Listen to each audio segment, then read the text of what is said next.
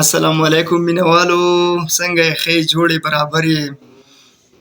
ګډ مارننګ، سهار هم په خیر. او دا وخت موږ د فاضل اکمل صاحب په دوکان کې ناست یو. بس داسې فاضل اکمل صاحب د دنیا یو د تعریف محتاج کس نه دی. بیچاره د مسافرو دپاره څه یو دوه درې خبرې وکړه. ما چې خبرې خو موږ له نه راځي او خپلو خیالاتو څه معمولي شعر و شاعري انتخاب شعرونه دي. څوک دې په خاطر نه درنوي. خیر د شعر آسان او ښه شعر چې کوم په خپله زړه ته کوزېږي، یا کو ته یې زده هم نه کړي او په خپله باندې زړه ته کوزېږي.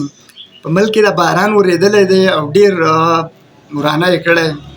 باران په دغه کې به درته یو څو شعرونه ډالۍ کړو. وایي ما وچېدو ته تصویرونه په بلۍ ایښي دي، ما وچېدو ته تصویرونه په بلۍ ایښي دي، او باران مې هر ارمان له ګوتې په مرۍ ایښي دي.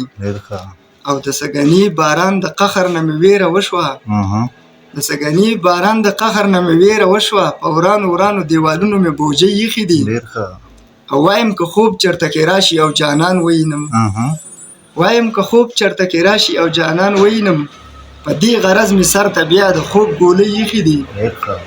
او تاله به درکړم ګلاب، تاله به مینه درکړم، تاله فاضل صاحب دا دې تا ته ډالۍ وي. تاله به درکړم ګلاب، تاله به مینه درکړم، چې شي سپرلی تاله مې ډېر څه ګلالۍ ایښي دي. او د کلي خلکو ته په دې کې هېڅ ګناه نشته دی. اخري مقطع شعر دی.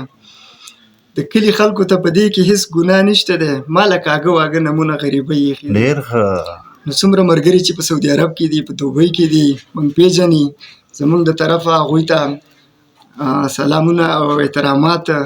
الله دې هغه ځکۍ کې دوی آباد لري، او الله پاک دې چېرته په ډکو بریکېسو ور واړی. مزدورۍ خو ډېرې ګرانې دي، موږ هم وکړو.